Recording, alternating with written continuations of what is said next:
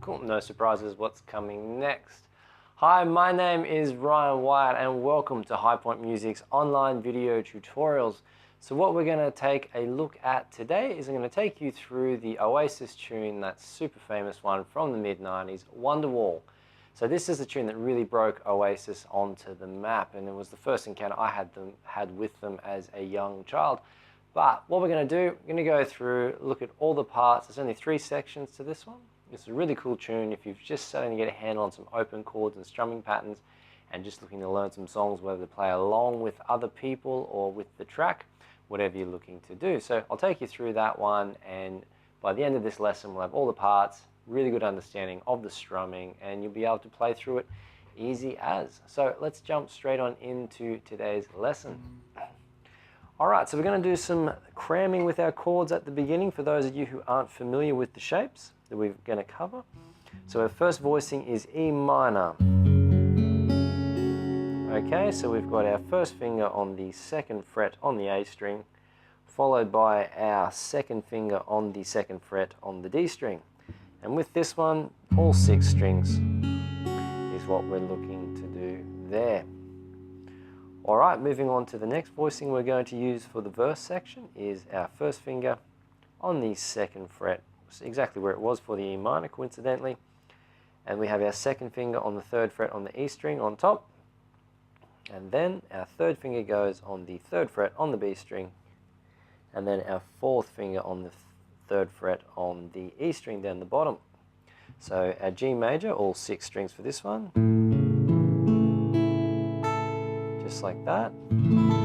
So the reason why, particularly if you're a beginner, the reason why we're using 3 and 4 on the G major is because you can play a G major triad like that or like that, 3 or 4. I just personally think it sounds better. So if you have learnt the G major in the other voicing, it's still the same notes, it's still making up a triad, the G, B, D of the chord, so just go with whatever you feel is comfortable there. Alright, jumping back in, we've got our next voicing, which is a really, really lovely voicing on the guitar. We've got a D sus, okay? So the bottom 4 strings, and we start with our first finger on the 2nd fret on the G string. 3rd finger is on the 3rd fret on the B string, just there in the bottom 4. So some people might feel pretty tempted to play the D sus like that, but I think it's a really good idea to play it with 1 and 3, because that way it opens up a bunch of flutter effects and piano type voicing sounds, I guess, to want of a better term, in how we can incorporate, so easily bring our D major and our sus4 into those equations there. So it's just about having options. That's why I suggest going with the 1st and the 3rd. And then after we've got that, our D sus, we're going to move that to an A suspended, which is taking our first finger up a string, bringing our 2nd finger in underneath.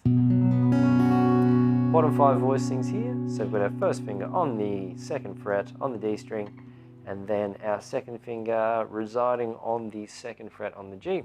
So really lovely open suspended sound there. Alright, so that's our crash course for the chords. So what we're going to do now is we're going to break down the strumming pattern, which we're going to use not only through the verse but through the entire song. So that's the pre-chorus and the chorus as well. So what we've got coming up is a 2-bar strumming pattern. So we've kept it nice and simple. This is a beginner's lesson targeted at people who are just starting to get a handle on this stuff. So I'm going to give you some really simple tools and techniques to get moving with this tune. Alright, so let's break down the strumming pattern with the first bar. So we're going to be looking at grouping the strumming in 5. And what I mean by that is just simply 5 strums. So that's 1, 2, 3, 4, 5. So that's the rhythm we got going on there. 1, 2, 3, 4, 5. So thinking about the rhythm in its most basic format, if we were just clapping it, so it's 1, 2, 3, 4, 5. So the first 2 notes are a bit longer, so 1, 2, spread out more. 1, 2, and then 3, 4, 5. 3, 4, 5 are all nice and even. So they're all the same length at a quicker subdivision. So 1, 2, 3, 4, 5. So think of that again. 1, 2, 3, 4, 5. So we're going to incorporate that onto the strumming now. So 1, 2, 3, 4, 5. And 1, 2, 3, 4, 5. So if you're looking for just a basic way to structure your strumming, you can go 1, 2, so down, down, and then up, up for 3, 4, 5. So 1, 2, 3, 4, 5. All right, so what we're going to do now is look at this pattern, the second half of the strumming pattern over the G major. And what we've got going on here is 1, 2, 3, 4. So 1, 2, 3, 4. So breaking the rhythm down, we've got 1, 2, 3, 4. So 1, 2, nice and spacious compared to 3, 4, which are quite da-da. So da-da, da-da. So 1, 2, 3, 4. So think of 1 and 2 as nice and even, but a bit of space. So 1, 2, 3, 4. And 3 and 4 are nice and tight together at a sharper, I shouldn't say sharper, but a smaller subdivision. So I'm going to walk you through the strumming pattern really slowly, putting that all together now.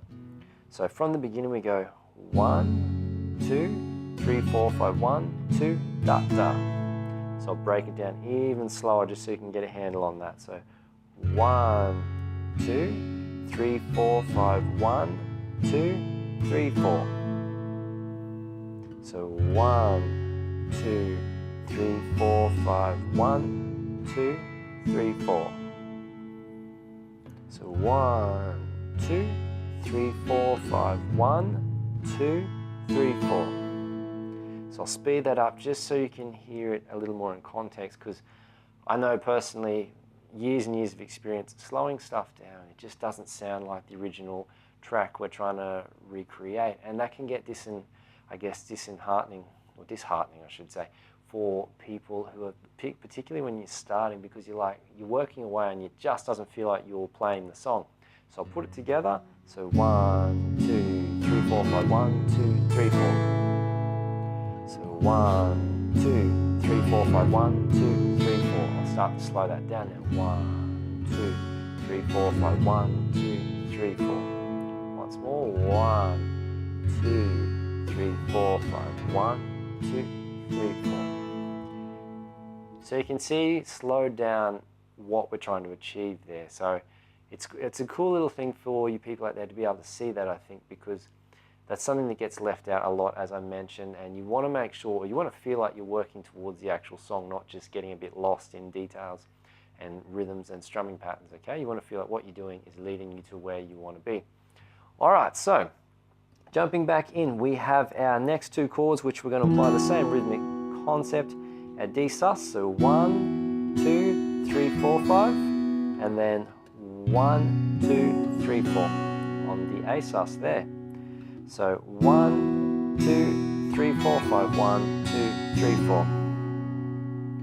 So let's put the whole thing together. So 1, 2, 3, 4, 5, 1, 2, 3, 4, 1, 2, 3, 4, 5, 1, 2, 3, 4, 1, 2, 3, 4, 5, 1, 2, 3, 4, 1, 2, 3, 4, 5, 1, 2, 3, 4. Last time and even slower. 3, 4, 5, 1, 2, 3, 4, 1, 2, 3, 4, 5, 1, 2, 3, 4. Awesome, so that's a breakdown of the strumming pattern and the chords that we're going to be using for the first verse. So just take your time with that, and as I alluded to, it's not always going to sound like the original track or what we're trying to do in the beginning, but I guarantee you just follow the process and it gets easier, and it'll start to, you've got to understand those points and those strumming, get that down, get it down solid, and then you'll be able to get that up and moving into where we want to be. All right, jumping into the pre-chorus now. So we've got the same strumming pattern, which we've already learned, but we're going to apply it to this chord, the C major triad.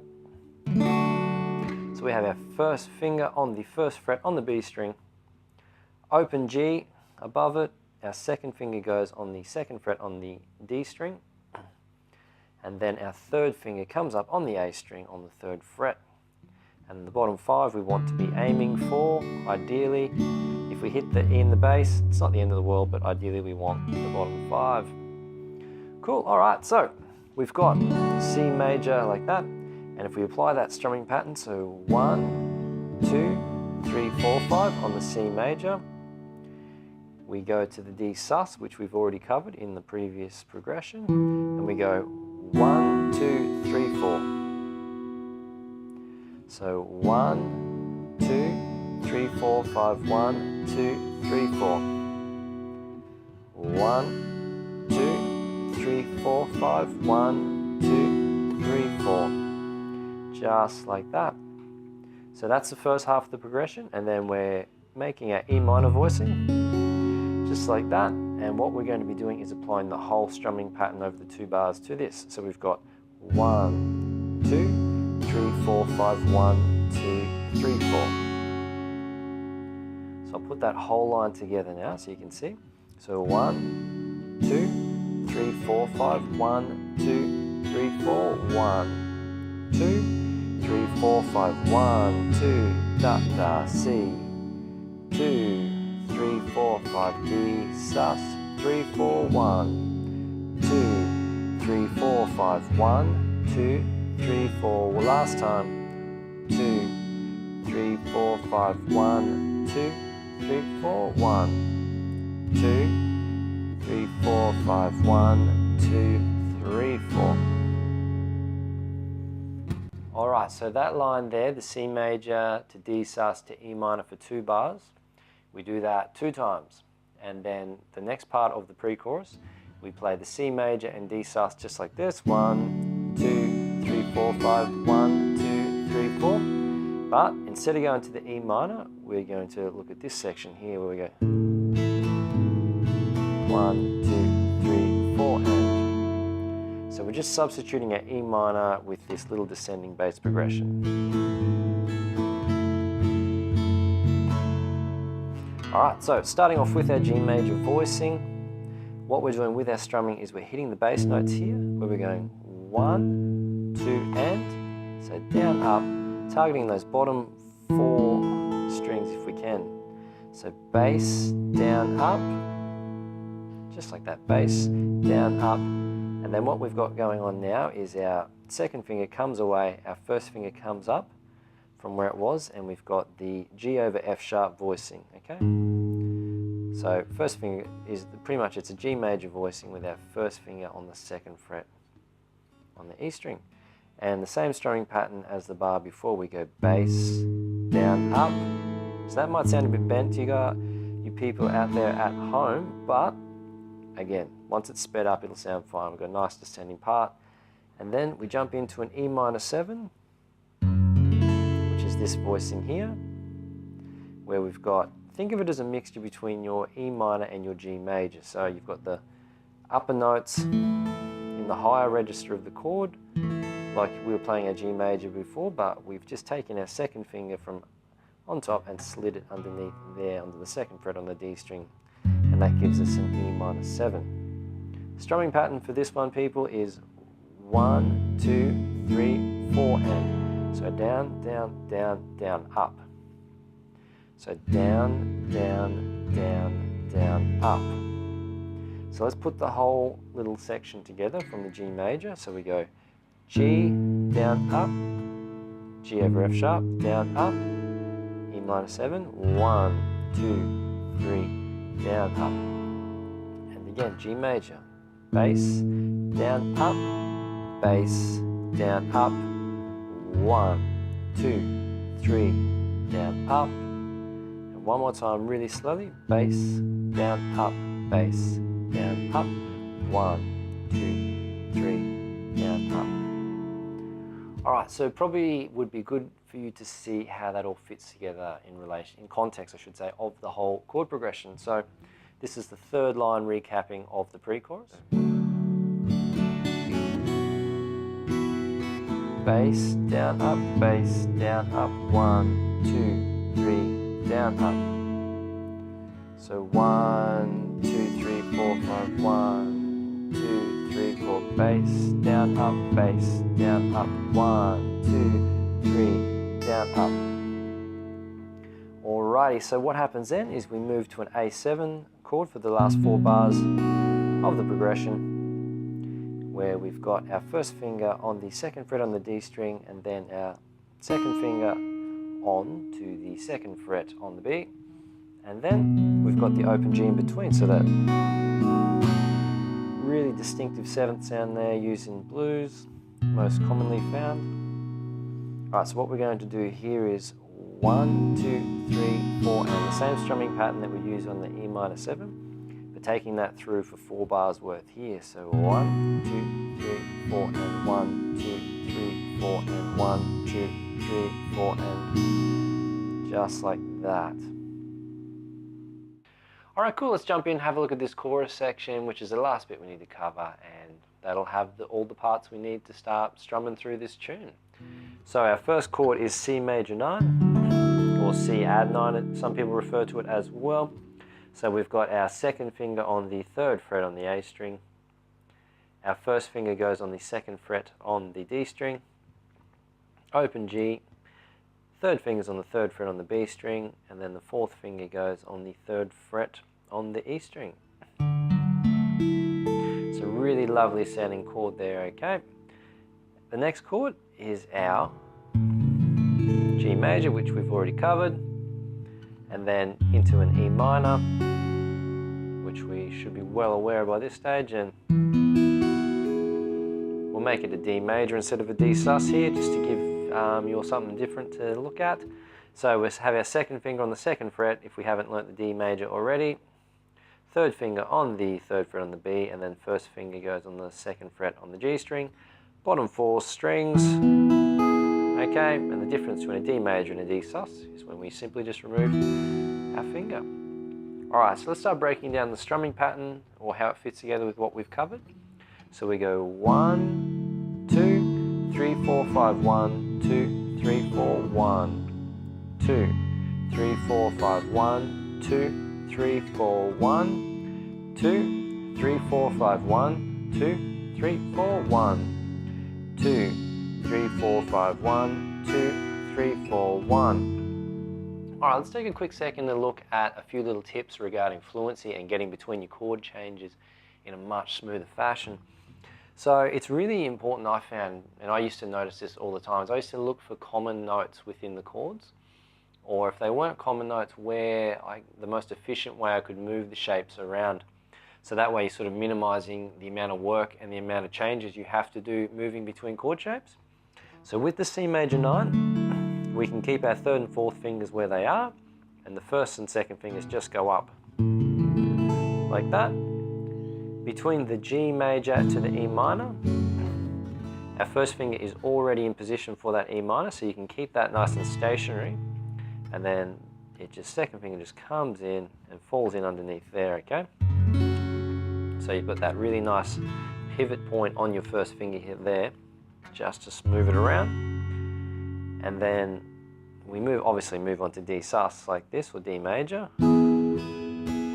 But what you can notice moving from the D major to the C major 9 is, instead of taking your hand away and starting the shape again, you can keep your 3rd finger where it already is, and then your first finger only needs to move up 1 string. Okay, so you're already very close to the next chord shape. So it's 1 string there, 2nd finger comes onto that note, and the 4th finger just falls in underneath there. So back to the D major, 3rd finger stays still, first finger goes up, 2nd one comes through.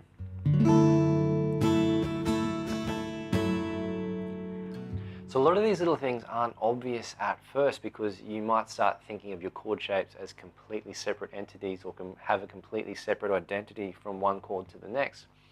But once you actually start digging a bit deeper and paying attention to these pathways that exist between the chord shapes, especially in progressions like this, you can start finding smoother and quicker ways to actually get between your chord shapes and develop your fluency, which is that's really important, because if you're strumming along and you're finding you're getting through certain chords but other changes are a bit slower, break it down and look at what's actually going on moving between the shapes. So after that little tip, let's jump in and check out just one little wrap of the strumming pattern in the chorus. So just nice and steady, breaking it down. So 1, 2, 3, 4, 5, 1, 2, 3, 4, 3, 4, 5, 1, 2, 3, 4, 5, E minor, 2, 3, 4, 5, and D major this time. 1, 2, 3, 4, 1, 2, 3, 4, 5, 1, 2, 3, 4, 1, 2, 3, 4, 5, 1, 2, 3, 4. Alright, so if you guys are playing through that really well, so congratulations, you've got all the parts needed to play through Wonderwall by Oasis. Now with the form for this one, as far as it goes, we've got the first verse which plays through there. It's very distinctive, this one, so it's very easy to tell in which section of the song that we're currently at, particularly if we're trying to play along with it. So it's pretty helpful for you all out there that that is the case, where they're so easy to identify. The form of the tune goes verse, plays through, and then the chorus, pre-chorus I should say, then the chorus, and then it repeats that again, where it goes verse, pre-chorus, chorus, and then the bridge and the outro are just the chorus going over and over and over. So I'm going to put a more in-depth, write this one out and put a more in-depth view up in the members area for you. As I mentioned in the intro, that's completely free for you all out there. Log on in, only takes a minute, it's completely free, and you'll have all the extra resources that come with these online tutorials to get the most out of them. So if you guys have enjoyed the content with today's online tutorial, smash those like, subscribe, and share buttons. Really appreciate everyone out there who are really enjoying these lessons to share them around with their friends and family to help spread what we're doing. On top of that, if you have a request that you'd like to ask a question or something that could potentially be featured in a future online tutorial, hit us up at learn@highpointmusic.com.au. I'll put that in the description, and I'm happy to look at those. I really love hearing from you all out there and what you're working on and what you want to improve, or just songs you want to learn, and I'll look at those as time permits.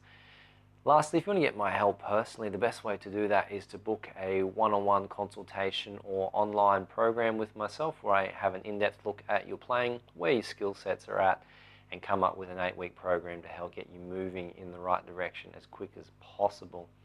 Other than that, if you want us to just support the channel, what we're doing, you can throw us a donation via the PayPal donate function, either on our website or in the link below this video if you're watching it on YouTube. So I hope you all get a heap of enjoyment out of this one. It's really good fun. I remember what it's like. It only feels like it's yesterday, but it's simply not. But to be actually start learning tunes, start strumming them along, and even getting them up to the point where you're playing them along with the track, that's a really awesome feeling. And I hope you guys are getting close and keep chipping away if you have any issues with that, because once you get that, you will get there if you just keep applying what we talk about in these lessons. Have fun with this, practice hard, and I look forward to hearing from you regarding requests, and catch you all in the next video.